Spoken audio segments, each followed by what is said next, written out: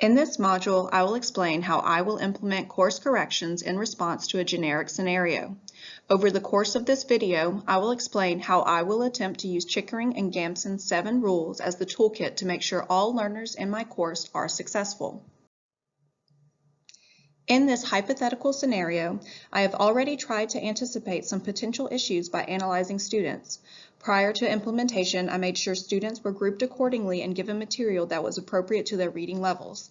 Essentially, students were grouped into 3 tiers based on Lexile.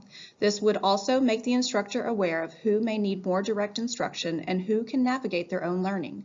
Knowing that some students may need more scaffolding and support, I purposely structured the course to include time for the instructor to hold small conferencing throughout.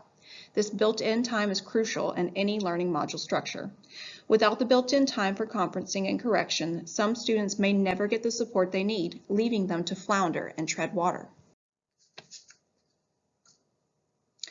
Another attempt to make sure learners' needs are addressed was the introduction of learning objectives.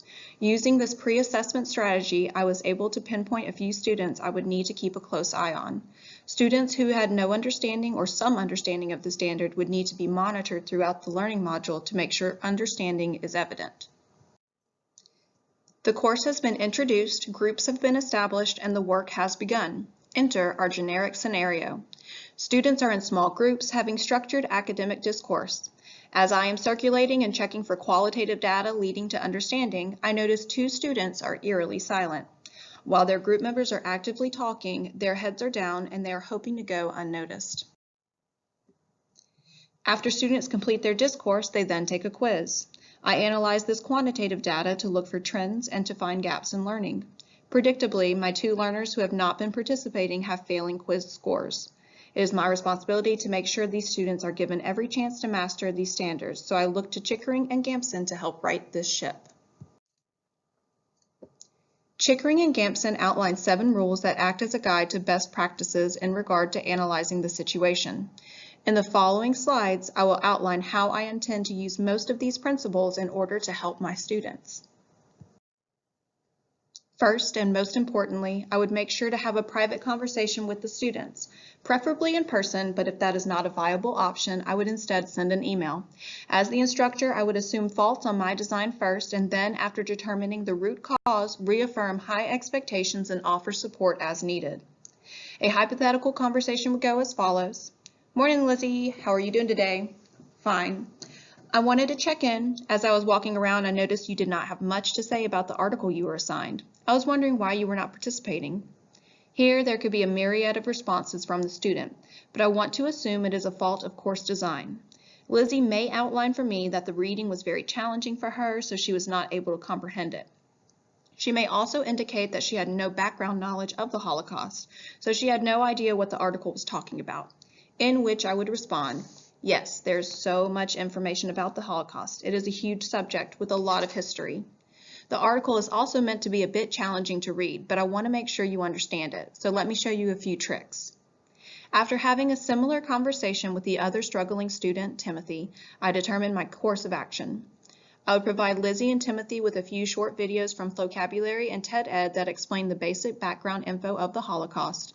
I would then model reading aloud small chunks of the text and offer support by modeling think aloud comprehension strategies. After a small direct tutoring session, I would then make sure that Lizzie and Timothy felt confident in their understanding and challenge them to go back to their group reading to participate and discuss. I would reassure them by letting them know that if they continue to struggle, they can email me and we can continue our work together. I would also emphasize that I think there is tremendous value in working with their peers and participating with them. The next rule of Chickering and Gamson ties directly to the learning theory, brain-based learning, I have incorporated in my design. Promote active learning. Since the students have received a small group tutoring session, they now need to take the reins of their own learning. The next activity in the learning module leans heavily on active learning because it is a cooperative project. In this activity, I will step back as a direct instructor, but will instead facilitate. I will let Lizzie and Timothy know that in a cooperative group, each member has an active role to play. Each student will be tasked with independently completing a part of the project and then working together to create a presentation. Knowing that Lizzie and Timothy now comprehend the text, they will have to demonstrate that understanding by creating an objective summary of the text, identify central ideas and supporting details of the text using a visual, analyze information presented in the article and create a visual to demonstrate that understanding, and analyze nonfiction elements. Since it is a cooperative task, I will monitor the level of engagement and participation closely and intervene when necessary. Throughout monitoring, it becomes apparent that Lizzie is engaged and focused. Timothy, on the other hand, continues to be withdrawn. Because he has already had direct instruction and demonstrated understanding in our small tutoring session, I deduce there must be something else interfering. This is where I need to respect diverse talents and ways of learning. Maybe Timothy is struggling more with the group aspect of the learning. He is so focused on the social interactions that it is interfering with his understanding of the content. I would once again reach out to Timothy and determine the root cause. If my assumptions are correct, I would work with him to allow an independent modified presentation that still allows him to demonstrate mastery of the content. Instead of presenting aloud to the class due to his anxieties, I will allow him to create a multimedia presentation with narration tools such as Powtoon or Screencastify.